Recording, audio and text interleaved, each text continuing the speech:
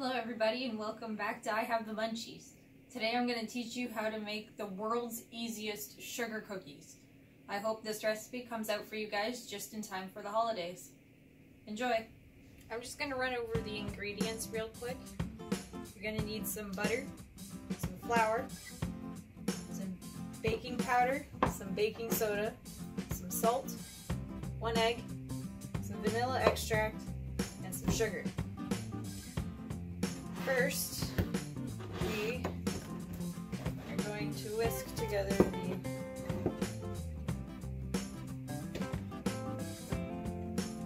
baking powder,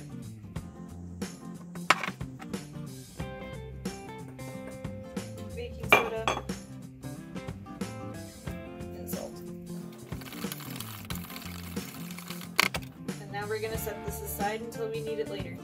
Mixed all the dry ingredients, so the flour, baking powder, baking soda, and salt together. We're going to cream the butter and the white sugar together until it's light and fluffy.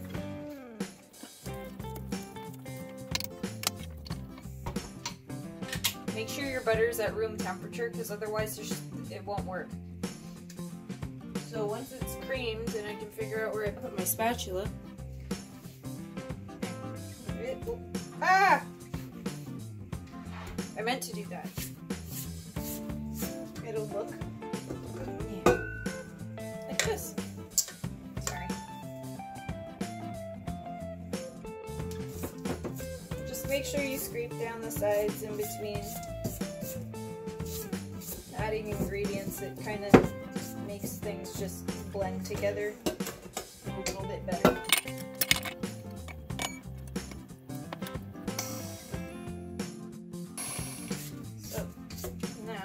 Add your, sorry about the voice crack, your egg and your vanilla. I remembered the egg this time.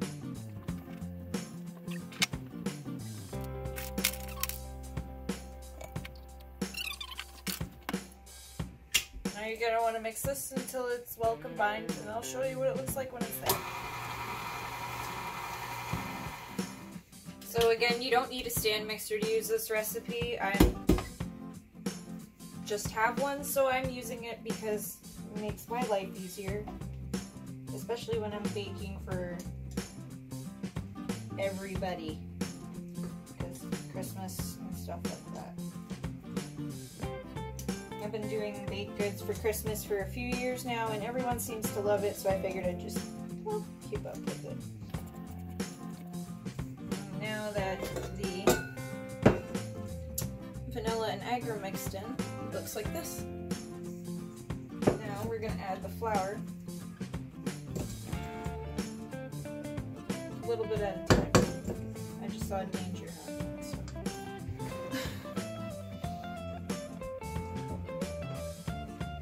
And remember, low speeds, or it'll end up in your face. Okay, so now that that's done, very crumbly. It doesn't really stick to you either, which is nice. I did add it like a little bit at a time until I could see that all the flour was gone in the bottom. Or mixed in, rather. And when your dough's done, it looks like this. So, you don't have to roll these cookies, and that's why I like them. Honestly, rolling cookies is the bane of my existence. I just can't deal with it. So I'm using a cookie scoop that I found at Michael's for cheap. You don't have to use a cookie scoop. You can use teaspoons if you want and do the drop cookie thing. But I am going to line. I have a silicone baking mat because it's more eco-friendly than using parchment paper. I'm not saying I'm one of those people. I'm just saying this.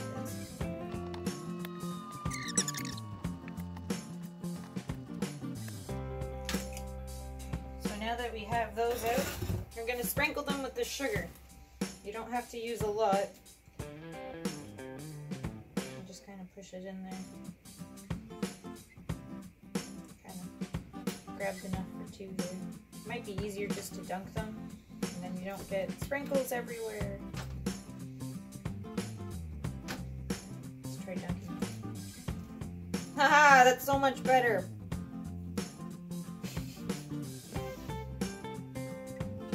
That way I can kind of like push them together. They're not as flimsy.